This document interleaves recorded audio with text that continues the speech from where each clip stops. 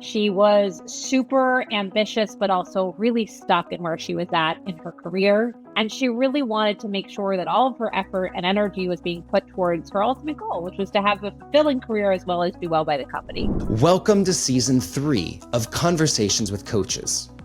This is a stakeholder-centered coaching production where we believe everyone deserves a stakeholder-centered leader. I'm Brandon Murgard, your host for the show.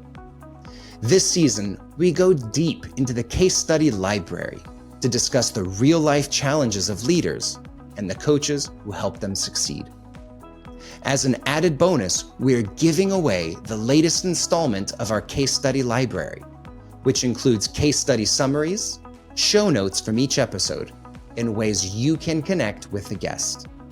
Get your copy today at mgscc.net/case-studies.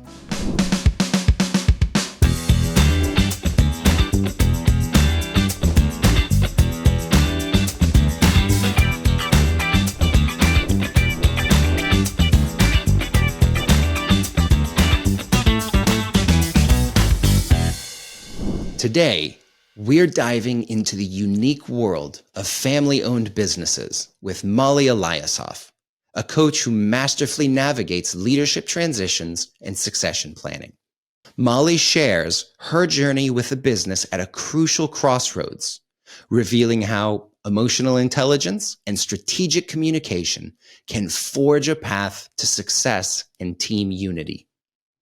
Join us as we uncover the keys to seamless generational transitions and sustained growth in family enterprises. Come on in and let's find out more about the client. I worked with an awesome client who was one of my favorite people to work with.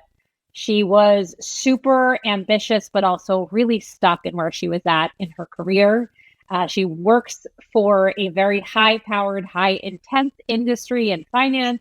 And she really wanted to make sure that all of her effort and energy was being put towards her ultimate goal, which was to have a fulfilling career as well as do well by the company. And, how did they get in touch with you when they realized, hey, we want to bring in a coach to help this leader?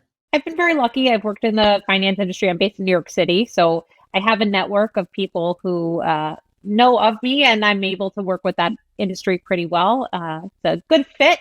We're all hard workers, so that's always a win. So had you worked with them before? Or this was just purely someone within the network that they eventually got in touch with you? Yeah, the latter. It was a new engagement, but a really winning relationship. Yeah. And how did that conversation, what did that sound like? If I'm the client, I pick up the phone, I give you a call, say, Mollie, come in, help us out. What did that sound like? Ambivalence. I'm worried about what is going to come up from the coaching experience. I'm worried about where I'm at with my career, and I really don't want to commit my career to something without feeling like there's alignment internally, both with where I want to ultimately go, but also how I'm serving the organization that I'm in. And so even though I know it'd be really beneficial to do some coaching work, I am concerned about what this is going to kick up to. Yeah, it sounds typical. So is it the leader that called you to get the coaching? Okay. Yeah, this is already a fairly unique case. Many of the conversations we've had so far have been organizations reaching out on behalf of the leader. So when she called you, did she say, here's what I'm working on, here's what I got to get better at? Or was it sort of like, I know that there's something, I'm not quite sure exactly what, help me out? I think it was more the latter. I think there was a real understanding that there's been a sense of stagnancy in her career for a while. She felt like people really bought into her. They really appreciated and respected her work and her caliber. And she thought pretty highly of her capability as well. And there was something happening that wasn't leading to advancement, and not necessarily promotion, but just advancement in what she brought to the table and her skill set and her executive presence. And so there was an exploration of what is going on here and really what needs to happen next so that I can flourish. And how did you introduce stakeholder-centered coaching to her for the first time? A lot of the discussion initially was around insight. How do I think of myself? What am I thinking my performance looks like? And one of the things that was really tricky was trying to get out of that. And so I could be a sounding board as a coach to be able to talk about how else can we look at this? How else can we talk through this? But really, there's such an advantage to having additional stakeholders give in feed forward so that it's not just in the coach's mind, their development and their progress, nor just from their coach's reflection on how they're doing. But really, everyone involves opinion on how do they flourish more, or where are they struggling and needing to flourish more. And it really clicked for her that having a team on board, not only giving her feed forward, but also supporting her and giving her positive insight would make a big difference in her ability to continue with her objectives. And how did you structure the engagement? What kind of approach did you have? What did that look like? Can you walk us through the general overview?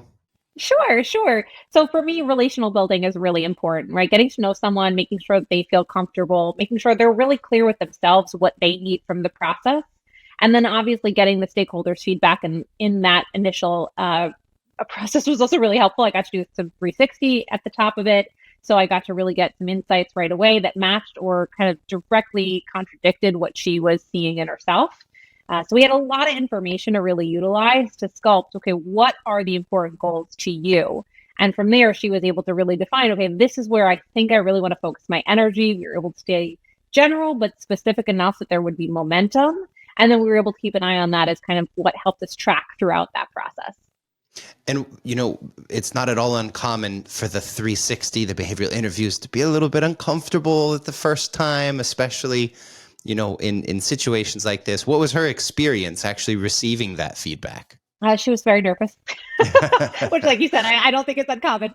I think there was a lot of feelings of, am I going to be able to not only tolerate what they're going to say, but are they going to think about me the way I think about myself? And are they going to like me, right? I think that's often what it boils down to. Am I going to get good feedback here? And unsurprisingly, she got great feedback. And everyone was like, I believe in you and I want more for you.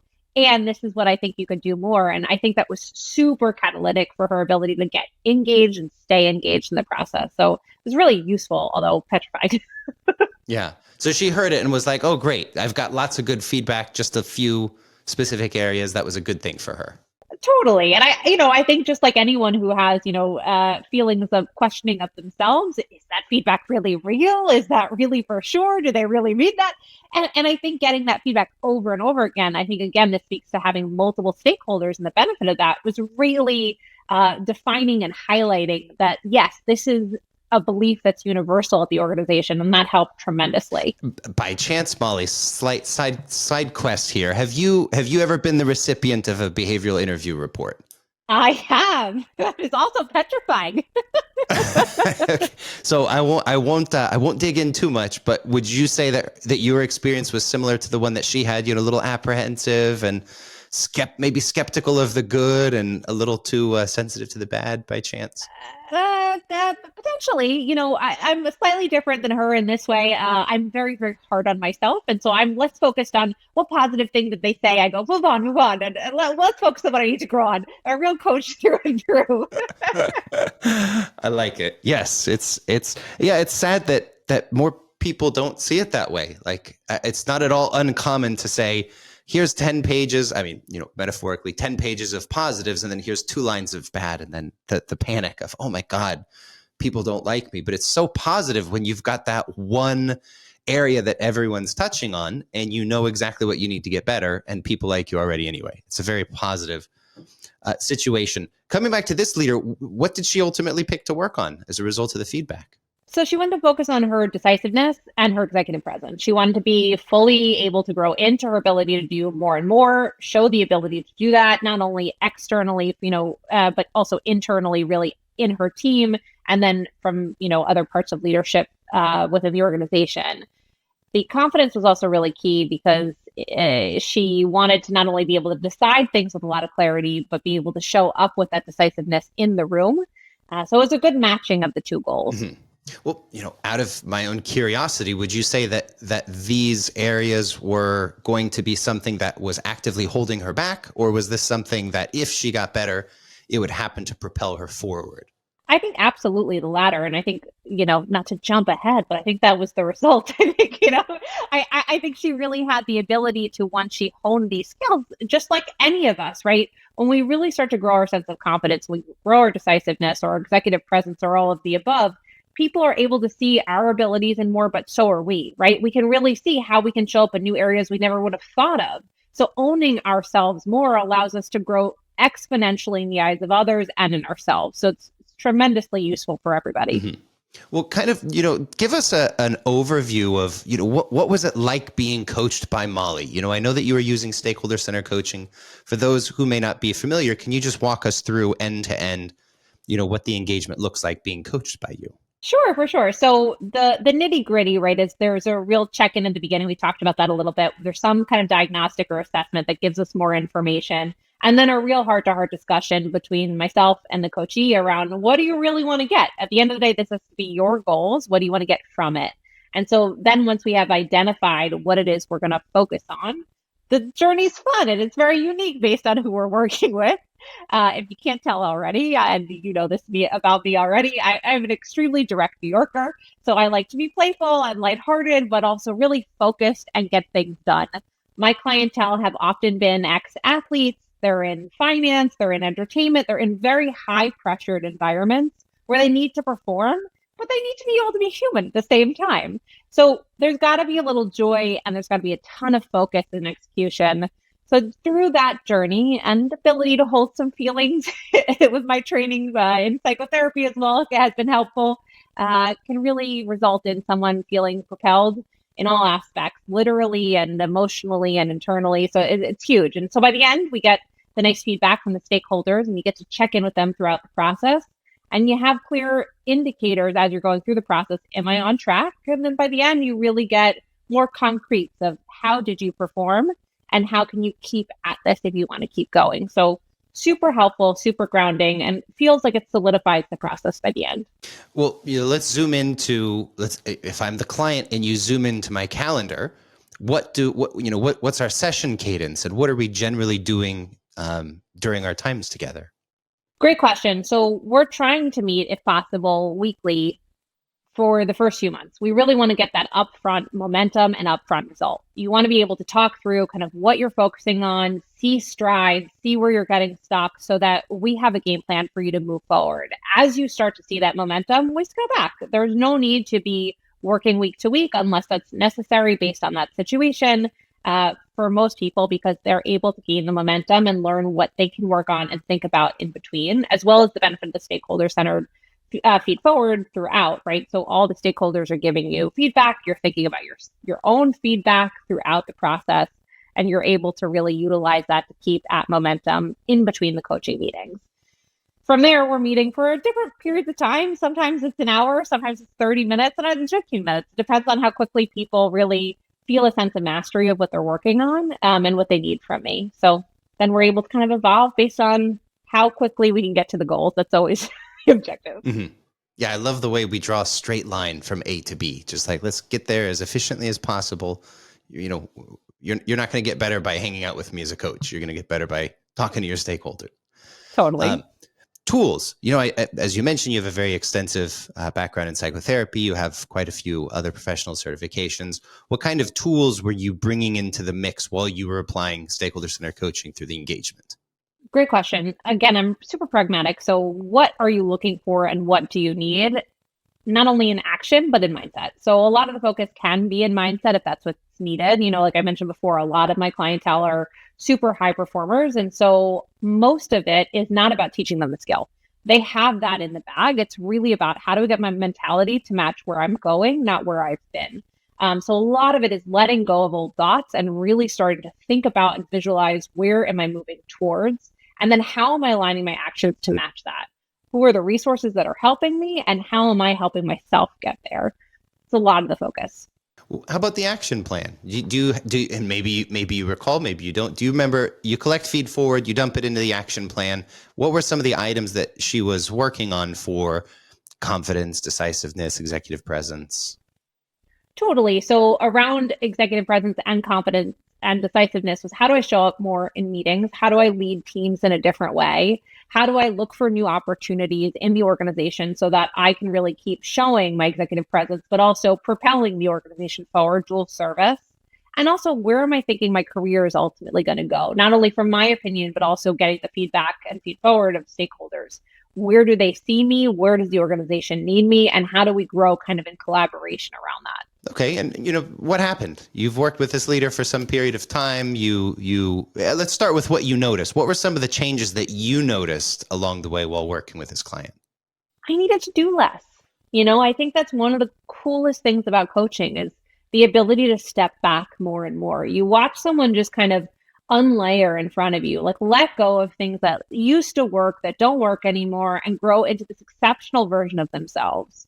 So I got to step back more and watch her really realize her potential and start to visualize new opportunities and then execute on new opportunities to grow into the person she became and is becoming every day. And it's pretty exceptional. She got to really evolve into the self that the organization was hoping for, but so did she. That's amazing. It's the power of coaching. So this is what you noticed. Tell us a little bit about the mini survey. So, at the end for those of you who are unfamiliar with our mini survey, we ask stakeholders, what changes have you seen in this leader's effectiveness? -3 to +3 scale. So it's continuously fresh. You can use this for the rest of your career. What did that actually look like for this leader? Totally. So she had quite a gain, which was really exciting.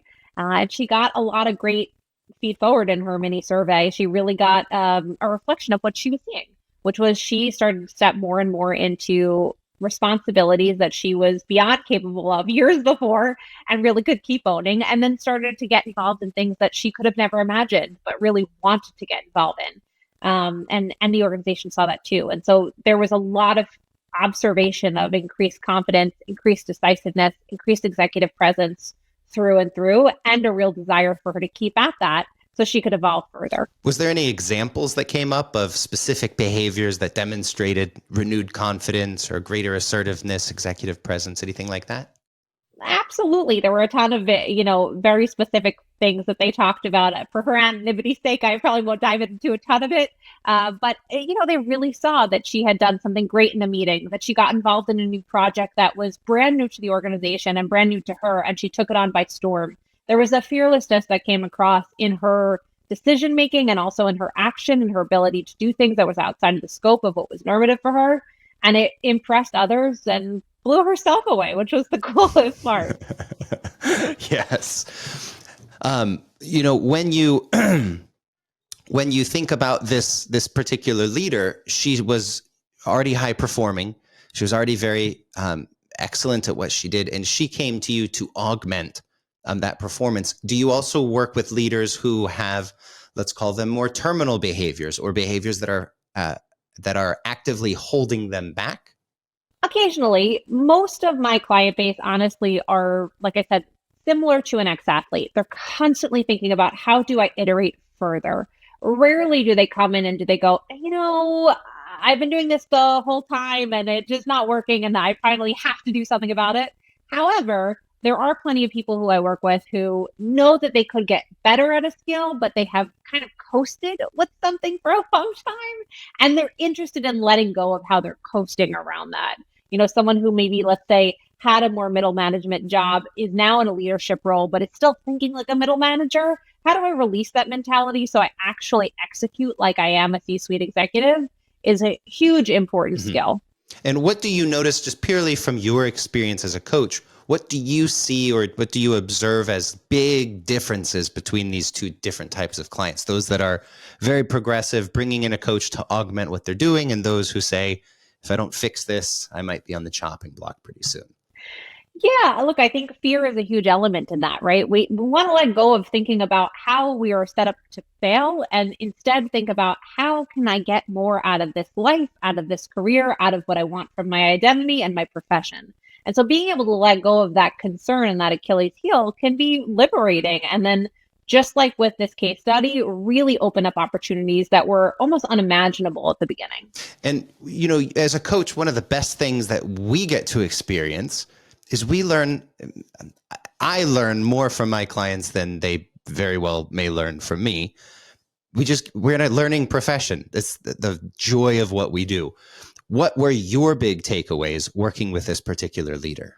Totally. So, I am also a very hardworking individual, always driven, always willing to kind of take a leg up further. And one of the things that I really took away is that it's important not only to step back, like we talked about earlier, but also to really trust that the coachee has a vision for themselves, right? Just because I'm motivated and see possibility doesn't mean that that needs to be the possibility or result. So being able to kind of stay in my lane and really listen is so crucial, knowing that like when I'm needed to give that attaboy, that like little leg up, I will be there to help with that. But that's not needed the entire time. Mm-hmm.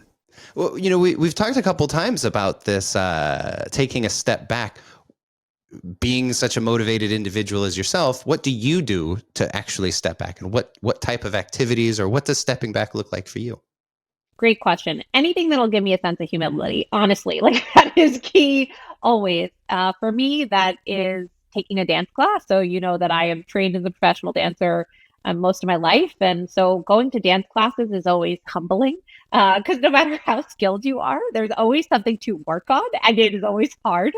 And you're always going to kind of make a fool of yourself in order to learn. And so it's a wonderful opportunity to be able to keep growing and pushing yourself, but really be humble. It's the same thing, why I also get coaching and why I invest in learning and not knowing. I think being curious allows us to unlock things we could just never see before. Well, Mollie, I can confirm that every time I've taken a dance class, I have certainly made a fool of myself. So I can certainly, and I have a fraction of the skills that you may have. Honestly, I was hoping you were going to say something like stand-up comedy or something, since you're in New York and the talent pool there is so rich. Have you ever done stand-up? I have no skill for that. I'm funny in my own way, but I have no skill like that. I wish I had. Next time I'm in New York, Mollie, we're going to do stand-up together. We'll both crash and burn. Yes, wonderfully. Maybe we can go do it at one of Marshall's favorite spots up there. Fun. You mentioned you have a coach. What does that look like for you? Yeah. So I actually have a few people in my life that I super trust, that I think is really brilliant and has my best interest in mind, but also is not here to give me advice, is really here to hear me and hear where I get stuck. And that's been tremendously helpful because there are different coaches for different purposes. So based on the thing that I'm stuck around, having someone who is aligned with how I communicate, but also is really encouraging and propelling at the same time, helps unlock places that could take months in 20 minutes. And it's a game changer. Mm-hmm. I've heard coaching explained, I think it was Frank Wagner who explained it to me like this. Coaching largely will shorten the learning curve. Like that's what we do. Would you agree with that assessment? 100%. I mean, I think the ways I've coached people around are topics often that they've said, this is something I've been told my whole life or something I've looked at my whole life. And all of a sudden, in the course of a few months, it has dramatically changed. And I constantly hear, if I only came in sooner, I'm sure you have too, it becomes a big game changer. That learning curve shortening is absolutely the way I'd see it. Okay, so you have some coaches yourself. How do the things that you're learning there translate to your practice, or even specifically with this individual leader you were working with? Yeah, it's always really humbling and refreshing to remember, that everyone's got a different approach and you can learn something from everyone's style, as well as there's not one way to do this. So there's not one coach for everyone. There's also not one type of coachee. Everyone's got a unique thing that they're struggling with.